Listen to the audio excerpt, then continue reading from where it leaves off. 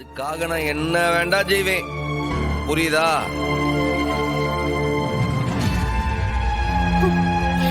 நீ மட்டும் என்ன சாதாரண ஆளா? குட்டி சூடாமணிலா, என் தங்க சூடாமணிலா. நீ என்ன வெறும் மளிகை கடை வச்சிருக்க சண்முகத்தோட மருமக மட்டுமா?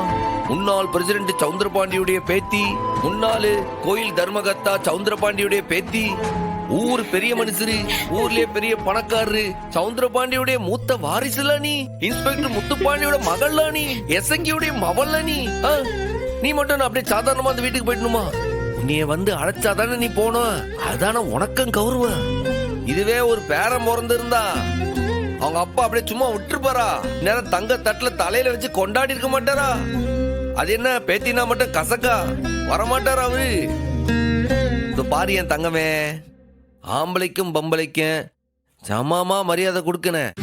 இன்னும் சொல்ல போனா பொம்பளைங்களுக்கு கூடுதலாவே மரியாதை கொடுத்து கௌரவப்படுத்தின. ஏன்னா பொம்பளைங்கன்றவங்க ஒரு குடும்பத்தை உருவாக்குறவங்க.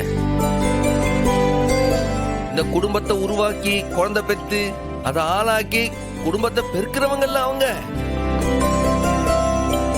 குடும்பம்ன்ற ஆலமரத்தை கட்டி காக்கிறதே பொம்பளைங்கதான். அந்த பொம்பளை பிள்ளைக்கு ஏதாச்சும் ஒரு அவமானம்னா இந்த சம்மம் ஒன்னும் சும்மா நின்னு பாத்துக்கிட்டு இருக்க மாட்டேன். உன் தாத்தன் வைகுண்டம் மாதிரி. உன் தாத்தனுக்கும் அத்தைக்கும் நல்லா சொல்லு, யாரும் பயப்படாண்டா. என் மாமா ஒன்னும் முட்டாள் இல்ல, சொம்ப இல்ல, கையால் ஆகாதவன் இல்ல.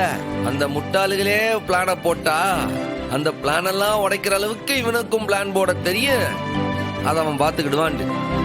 அந்த சவுந்தரபாண்டி இந்த வீடேறி வந்து என் மருமகளை அனுப்பி வையே, என் பேத்திய அனுப்பி வையின்னு சொன்னாதான் உங்க 2 பேரையும் நான் அனுப்பி வைப்பனா. என்னதா புரியுதா? இது கூட நான் செய்யலண்டா அப்புறம் நான் அண்ணனா இருக்கிறதுக்கே தகுதி இல்லாதவன் அர்த்தம். அவனா வந்து இந்த வீட்டுல இருந்து உங்க 2 பேரையும் அடைக்கிற வரைக்கும் தயவு செஞ்சு உன் தாத்தனையும் அத்தையும் கொஞ்சம் வாயை மூடிட்டு இருக்க சொல்லு, சரியா? சுத்தம். ஐயோ, குழந்தைக்கு பசிக்கு போல இருக்கு. இந்தா தொட்டில படுக்க வச்சு குழந்தை பால் கொடுங்க, பார்த்து முடி.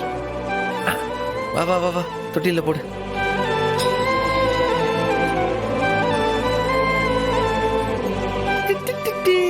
தங்க குட்டி.